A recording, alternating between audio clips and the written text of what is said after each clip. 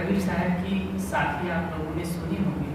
पोथी पढ़ी पढ़ी जग हुआ, पंडित भया न कोई, ढाई आखर प्रेम का पढ़े पंडित को। पोथी पढ़ पढ़ के संसार के लोग मर गए, शास्त्रों का वांचन करते करते संसार के लोग मर गए, लेकिन कोई पंडित न हुआ। ढाई आखर प्रेम का, ढाई अक्षर अढ़ी अक्षर प्रेम को कोई पढ़ ले, समझ ले, जी ले, तो सही अर्थ में वो पंडित है। प्रेम की झंखना सबको, प्रेम सबको चाहिए। वैसे मूल आवश्यकता मनुष्य की है रोटी कपड़े और मकान की। रोटी चाहिए, कपड़ा चाहिए और मकान चाहिए, मूल आवश्यकता है। इसके बाद क्या चाहिए? प्रेम। यदि यही चीज आपको दे दी जाए, रोटी चाहिए, कपड़ा चाहिए, मकान चाहिए, तो तीनों चीज आपको उपलब्ध करा दी जाए और कोई आपसे प्रेम से बात करने वाला ना हो, किसी के साथ आप हृदय को कम्युनिकेशन नहीं जोड़ पाए रहे, किसी के साथ में आप प्रेमपूर्ण बात नहीं कर पा रहे, तो जी पाएंगे? मैं कहता हूं प्रेम जीवन का वह पोषक तत्व है जो जीवन रूपी वृक्ष को हरा भरा करता है। आप घर परिवार में हैं, पत्नी बच्चे परिवार के साथ में सब रहते हैं, यदि एक दूसरे के साथ प्रेमपूर्ण संबंध न हो तो रह पाएंगे?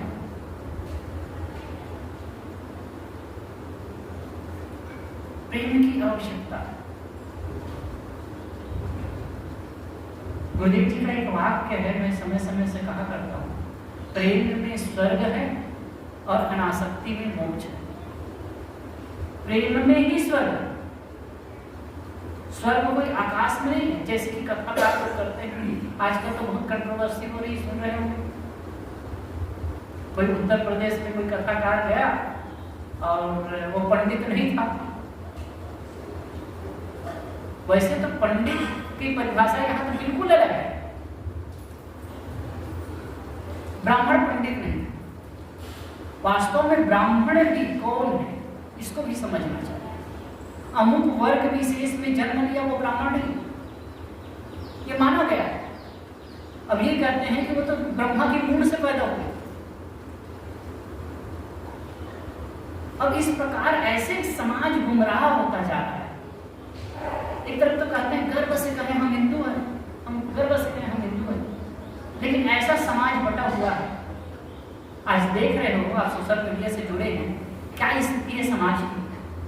थोड़ी थोड़ी बातों को लेकर, कहीं भाषावाद को लेकर, कहीं जातिवाद को लेकर, कहीं संप्रदायवाद को लेकर, बहुत दुर्भाग्यपूर्ण स्थिति लगती। तब मैं आज सोच रहा था, अभी स्नान करने गया ऊपर, तो यही कारण है समाज के पतन का। हजारों वर्षों से हम गुलामी में जकड़े रहे। शक आए, हूण आए, किरात आए,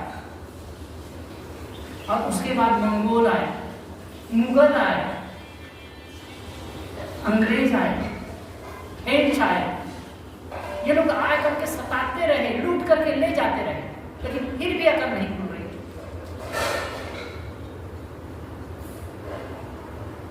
आज भी समाज बटा हुआ। आज हमारा भाई हमसे अलग होकर के हमारा दुश्मन बन के खड़ा हो जाता, अपने आप को अपने छाती ठोक रहे हैं, हम बड़े अच्छे हैं, हम हिंदू हैं। ये बेवकूफी की हद है। तो आपकी विशेषता क्या है? ये बात ठीक है, वसुधैव कुटुंबकम, पूरा वसुधा ही कुटुंब है, लेकिन जीते कहाँ हैं?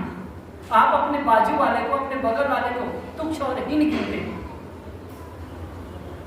उसके साथ अच्छा व्यवहार नहीं कर पाते हैं। कैसे वसुधैव कुटुंबकम हो सकता है?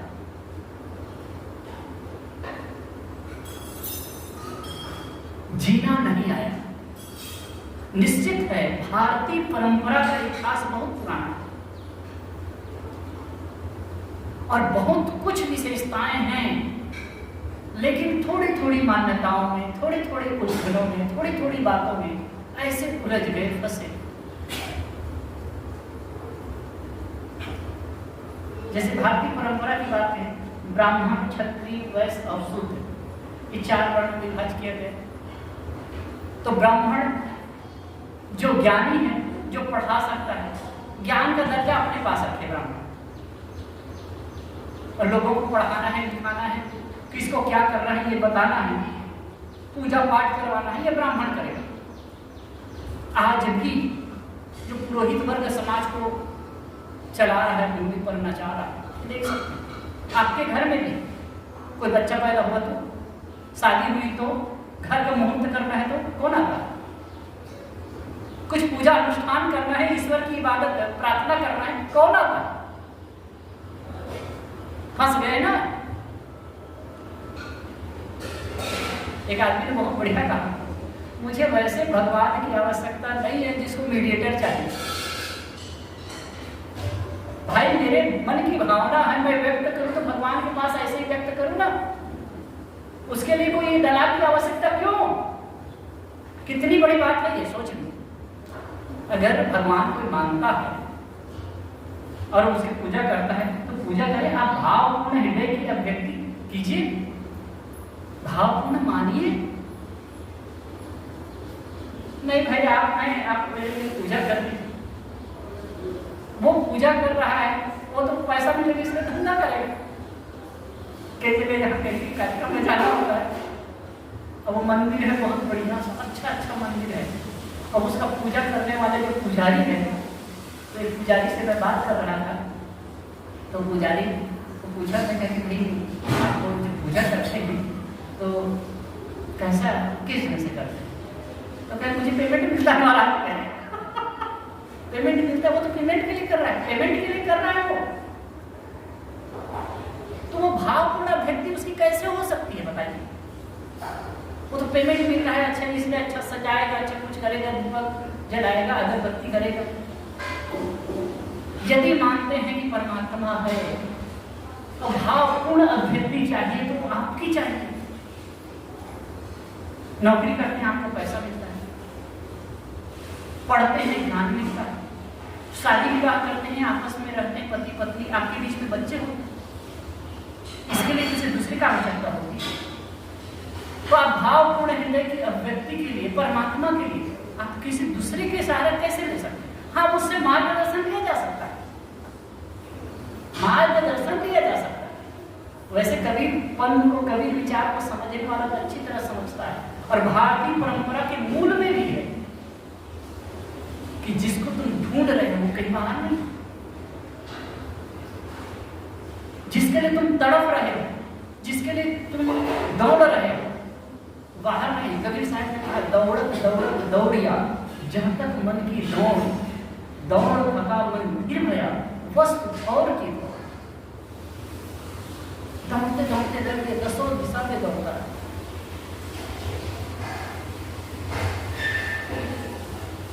लेकिन वो शांति, वो सुख, वो परमात्मा कहीं ना कहीं वो है कहाँ? कबीर साहब ने पूछा था, जैसे कि कहा, कस्तूरी कुंडल से भूखे बलवान, तैसे घट घट राम है दुनिया जानत नान।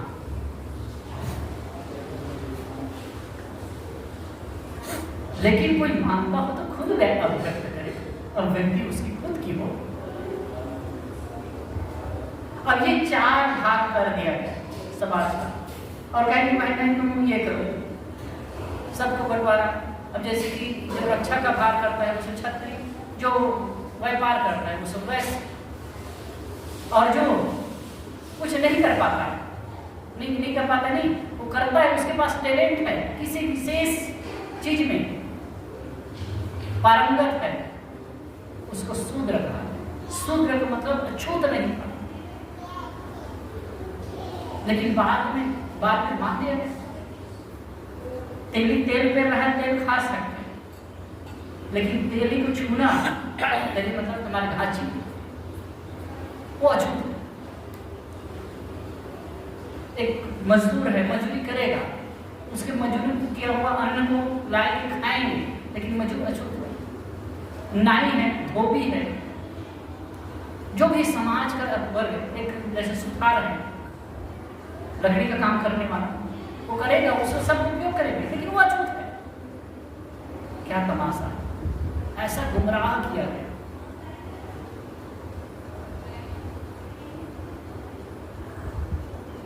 और सब एक कमांड, एक वर्ग के पास रहा और उलझाते रहे समाज को। आज ठीक है, हम कहते हैं अगर कहीं गुण और कर्म के हिसाब से बंटवारा है तो सीधी सी बात है, जो ज्ञानी वर्ग है, चाहे किसी भी वर्ण व्यवस्था, किसी भी वर्ण और जाति में पैदा होता, वो ब्राह्मण है, उसको स्वीकारना चाहिए। एक कलेक्टर है, एक शूद्रकुल कहते हुए जिसको, वहां से आया, वो सम्माननीय, पूजनीय है। आप पूजनीय तो नहीं है, आदरणीय तो है, सम्माननीय है।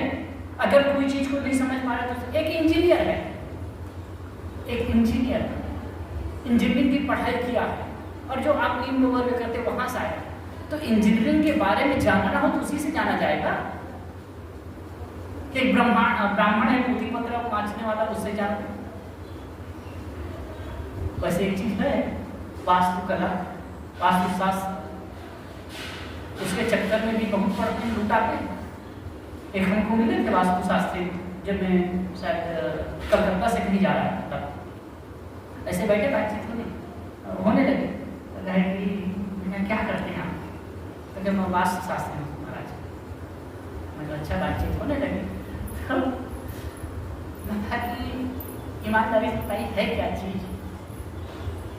तो वो कहते देखिए,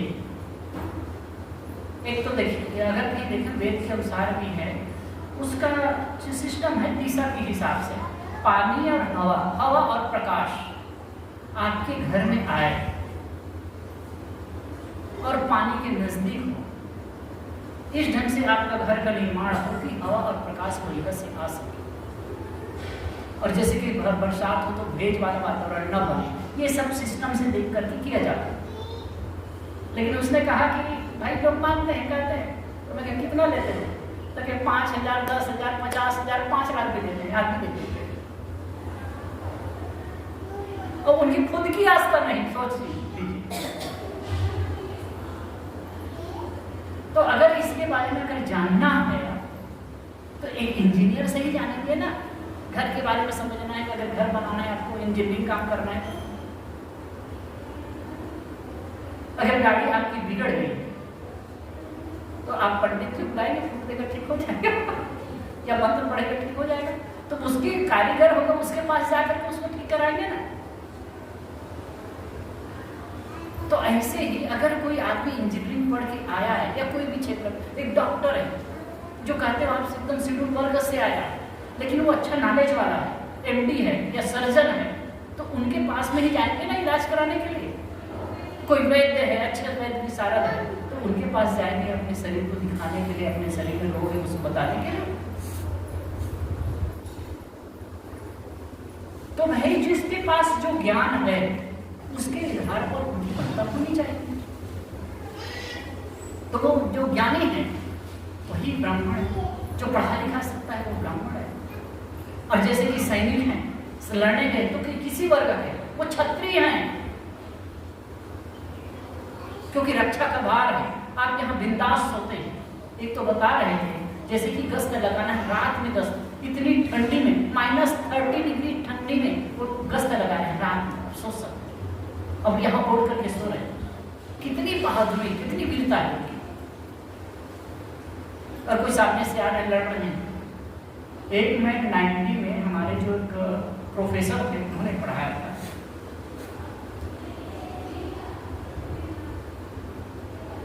एक उस समय युद्ध हुआ था, वो युद्ध की बात बता रहे थे। चाइना और भारत का जो युद्ध हुआ,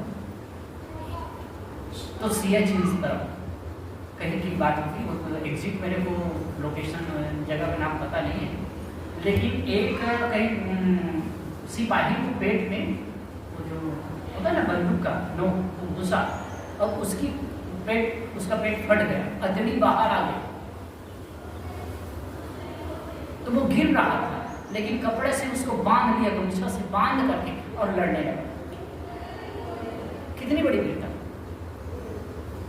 अभी कारगिल युद्ध हुआ, उसमें भी एक जो मर रहा था वो कई गोली लगी थी, लेकिन मेरे साथियों को न लगे, मेरे को मरना ही, सामने आ गया, लड़ रहा, कई गोली उसको लगी। यही तो क्षत्रिय हैं, छत से त्राण करते हैं, हमको दुखों से बचाते हैं, हम बिंदास सोए हैं अपने घर में। अभी भारत पाकिस्तान का युद्ध हुआ, उसमें क्या स्थिति हुई थी? अगर थोड़ा भी असावधान होते कितना ज्यादा नुकसान होता, लेकिन एकदम अलर्ट मोड में रहे, वही क्षत्रिय। और जो धन कमाते हैं वो वैसे, और दूसरे अलग अलग क्षेत्र में जो आगे बढ़ रहे वो शूद्र। कौन ऊंच और कौन नीच? न कोई ऊंच है न कोई नीच है। मनुष्य गुण और कर्मों से महान होता है। ये तथ्य को समझना चाहिए। वैसे कहिए तो ब्राह्मण, अगर ब्राह्मण की परिभाषा करें, जितेंद्रिय धर्म पर स्वाध्याय निरतः शुचि, जितेंद्रिय धर्म पर स्वाध्याय निरतः शुचि, काम क्रोधो वसो यस तम देवा ब्राह्मणम विदुः। बहुत बढ़िया बात है। जितेंद्रिय हो, मन इंद्रियों को जीता हो, धर्म में रत हो, स्वाध्याय निरत, स्वाध्याय में निरत हो, स्वाध्याय करता हो, अध्ययनशील हो, ज्ञान अर्जन में इच्छुक हो, ज्ञान अर्जन करता हो, स्वाध्याय निरत शुचि, अंदर बाहर की पवित्रता, काम क्रोधो वसो, काम क्रोध को जिसने वश में कर लिया हो।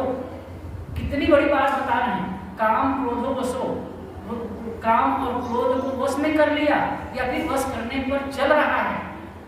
यस तम देवा ब्राह्मणम विदुः, उसे देवता लोग, उसे ज्ञानी लोग, उसे बुद्धिमान लोग ब्राह्मण कहते हैं। अगर ये गुण किसी में आ जाए तो कोई भी वर्ग का हो वो ब्राह्मण है।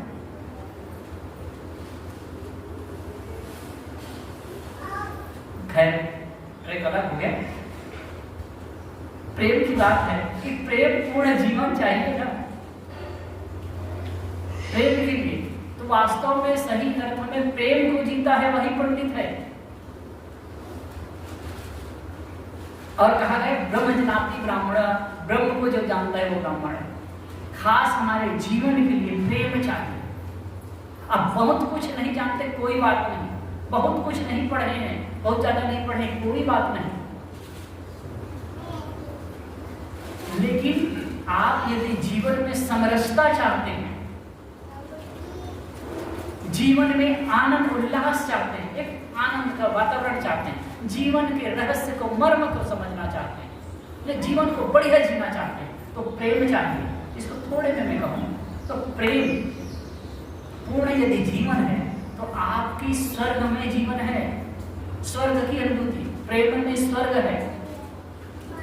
प्रेम है तो स्वर्ग की अनुभूति। आप सोचिए जब हैं पति पत्नी है, लोग हैं, और किसी से आपका अनबन हो गया, गुस्सा हो गया, झगड़ा हो गया, एक दूसरे को देख नहीं पा रहे हैं, नजर नहीं मिला पा रहे हैं, देख के मुस्कुरा नहीं पा रहे हैं, तो कैसा लगता है? ऐसे अगर जीवन भर रहे या 2-4 महीना रहे या 2-4 दिन रहे तो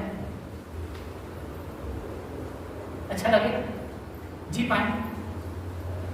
हमारे पास तो कई फोन आते हैं, शायद लोग जानते हैं, शायद के पास में, सब संतों के पास में ये समस्या आती है, कोई ये समस्या बता रहे, कोई वो समस्या बता रहा है।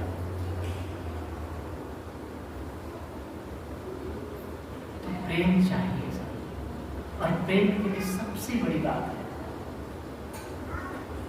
आपस में प्रेम हो, हमारा प्रेम पूर्ण जीवन हो। उसके लिए पहली बात है निस्वार्थता, अहंकार न रहे, अहंकार को तोड़ना पहली बात। दूसरी बात है निस्वार्थता, अहंकार रख करके कोई प्रेम नहीं कर सकता। और तीसरी बात है, मैं कई पॉइंट से लिखा था लेकिन मैं बता रहा हूँ ज्यादा नहीं, एक अंतिम बात यह है क्षमा भाव। पहली बात है कि अहंकार ना हो, अहंकारी आदमी कभी किसी से प्रेम नहीं कर सकता। मैं और मेरा मन में जो अहंकार है, मैं कुछ हूं, मैं बड़ा हूं, मैं पिता हूं, मैं धनी हूं, मैं विद्वान हूं, अगर मैं और हूं के बीच में कुछ आया, अहम भाव आया, वो आदमी कभी भी प्रेम नहीं करता, कभी प्रेम को निभा नहीं सकता। दूसरी बात है स्वार्थ भावना। स्वार्थ भावना में जीता है कि जो कुछ है, जैसे कि घर में, परिवार में, समाज में कहीं भी, तो अच्छी चीज मुझे मिले, बढ़िया चीज मुझे प्राप्त हो। अगर ये भावना है ना, स्वार्थ बुद्धि अगर है, स्वार्थ तो सबका स्वार्थ पूरा होगा, लेकिन जो ये प्रवृत्ति रखेगा ना, भाई भाई में दोनों काम कर रहे हैं, लेकिन अच्छी चीज हमको मिले, अगर ऐसी प्रवृत्ति हो तो वो आदमी सुखी नहीं रह सकेगा, वो प्रेम कर ही नहीं पाएगा। राम और भरत का प्रेम कैसा है? राम को भी राज्य नहीं चाहिए और भरत को भी राज्य नहीं चाहिए। राम एक तरफ से उछालते हैं, भरत दूसरी तरफ से उछालते हैं, अब इसलिए उनका प्रेम आदर्श पूर्ण हो सका। और राम और केकई, राम की माता कौशल्या है, लेकिन केकई के प्रति भी उनका प्रेम कितना अद्भुत है। केकई जब उनको वनवास देती है, गिल्टी महसूस करती है, अफसोस होता है कि राम से मैं कैसे मिलूं चित्रकूट में जाने के बाद, लेकिन फिर भी राम पहले जाते हैं, पहले अपनी माता से नहीं मिलते, पहले केकई से जाके मिलते, क्योंकि स्वार्थ भावना है ही नहीं ना। अगर वही स्वार्थ का पर्दा आता तो वो निभा पाते हैं। और तीसरी बात है क्षमा भाव। अगर मेरा साथी है, हमारे साथ है, या फिर कोई भी हो, अगर मैं प्रेम से उनके साथ रह रहा हूँ, उनसे त्रुटि हुई या मुझसे कोई त्रुटि हुई, अगर हमने क्षमा भाव नहीं आया, हम दूसरे को क्षमा न कर पा रहे हैं, तो कभी संभव प्रेम जिएगा ही नहीं, प्रेम मर जाएगा। हमसे कोई गलती होती है तो हमको लगता है कोई क्षमा कर दे, उसको हृदय पर ला ले, माफ कर दे। हमें भी चाहिए कि हम भी दूसरों को माफ कर दें। तो घर परिवार में पत्नी है, बच्चे हैं और लोगों के बीच में किसी की कोई गलती हो गई, अगर प्रेम को जीवित रखना है, प्रेम को मजबूत रखना है, तो क्षमा भाव बहुत महत्वपूर्ण है। अब यही तो है इस जीवन में, और कहते हैं ना, क्षमा दूसरे को नहीं, क्षमा तो अपने को करना है। अपने को क्षमा करिए। कई बार होता है ना, किसी चीज को लेकर के हम द्वेष भाव में, किसी ने कुछ हुआ, किसी से झगड़ा हो गया, अब वो पता नहीं उसकी मन स्थिति क्या है, लेकिन हम मन में गांठ बांधे रहते हैं, हम अपने आप को क्षमा नहीं कर पाते, हम स्वयं दुखी होते हैं, हम स्वयं पीड़ित रहते हैं। पहली बात है, आप अपने आप को क्षमा करिए, अपने मन की ग्रंथि को तोड़ दीजिए। ये आपके लिए शारीरिक दृष्टि से भी अच्छा होगा, मानसिक दृष्टि से भी अच्छा होगा, और जो आपके साथ में लोग जुड़े हैं वो भी अच्छा महसूस कर सकते हैं। तो कवि साहब के साथ लिखाया था, प्रेम पाठ का चोरना, पहले कवि नाच, पानी प्रतिघोता, पोथी पढ़ पढ़ जग हुआ, पंडित भया न कोय, ढाई आखर प्रेम का पढ़े से पंडित हो। पोथी पढ़ते हुए पढ़ के संसार के लोग मर गए। कबीर साहब बड़ा अलग ढंग से करते हैं, लेकिन कोई पंडित न हो सका। ढाई अक्षर प्रेम के वास्तविक स्वरूप को जो समझ ले, प्रेम को जी ले, सही अर्थ में वही पंडित होता है। और ऐसे पांडित्य की ओर हम सबको आगे होना चाहिए, आगे बढ़ना चाहिए, क्योंकि यही पांडित्य हमारे जीवन में लालित्य पैदा करेगा।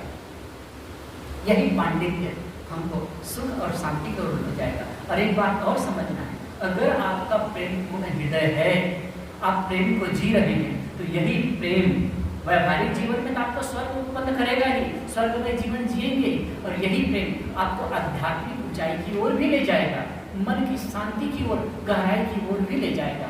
इसके लिए हम सबको प्रयास करना है। मैंने कुछ देर अपनी बात रखने की चेष्टा की, पूज्य साईं जी विराजमान हैं और